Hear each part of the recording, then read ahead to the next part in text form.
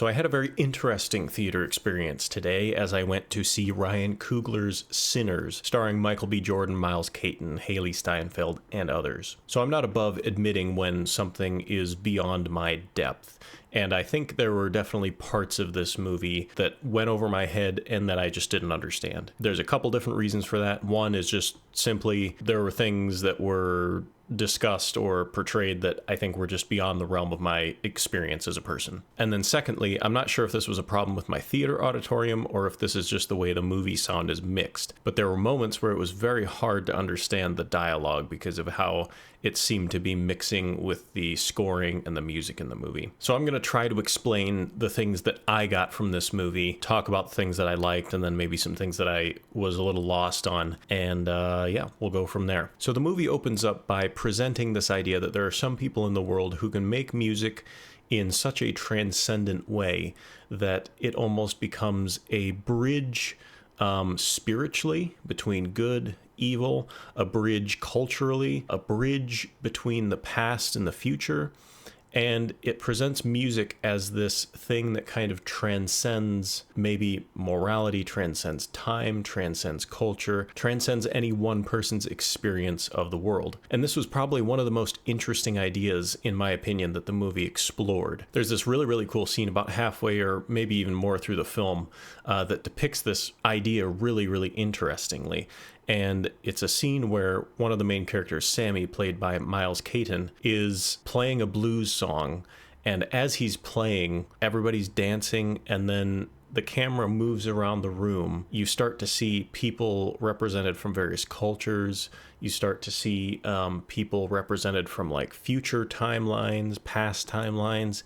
And it's like a surrealist kind of moment where the music is transporting you. It was a very creative, very kind of emotionally evocative scene. So this idea of music and how it can play these almost kind of transportive roles or bridging roles in life. That was one of the main conceptual threads that was running throughout the movie. But there were a lot of plots kind of going on all over the place. And this was one of the things that was a little bit confusing to me, or maybe just kind of overwhelmed me a little bit. But the main plot, I guess, is there are these twins who are both played by Michael B. Jordan, who are trying to put together this blues music club, okay? They bought this old mill building. They're going to convert it into a blues club, and it's kind of about their opening night of this blues club. It's revealed to us that they were from the South, then they moved to Chicago. They acquired a lot of money in Chicago through nefarious means. So that's kind of one plot that's going on, them coming back to this town, starting this club,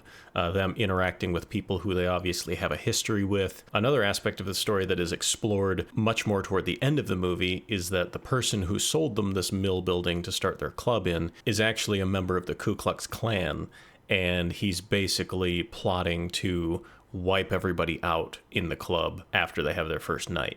And so that's like another subplot that really isn't explored more than maybe 10 minutes of the film. And then there's the wildest storyline that runs through this movie. The music that Sammy plays basically beckons various spiritual powers to the club. And the spiritual power that comes because of Sammy's transcendent blues playing is an ancient evil, aka vampires. So this is like part mob movie, part movie exploring the philosophy of music, and then part vampire movie. It's a wild experience. Like I said, there's a lot going on in this movie. So the director did an okay job of marrying all of these kind of plots and ideas. I think some of it was a little disjointed, like the whole Ku Klux Klan arc. When it kind of resolves at the end, I was kind of like, oh, yeah, I had completely forgotten about that. There were some things that just seemed a little shoehorned in, a little tacked on. It was a really entertaining movie just because it was like, it was going so many places.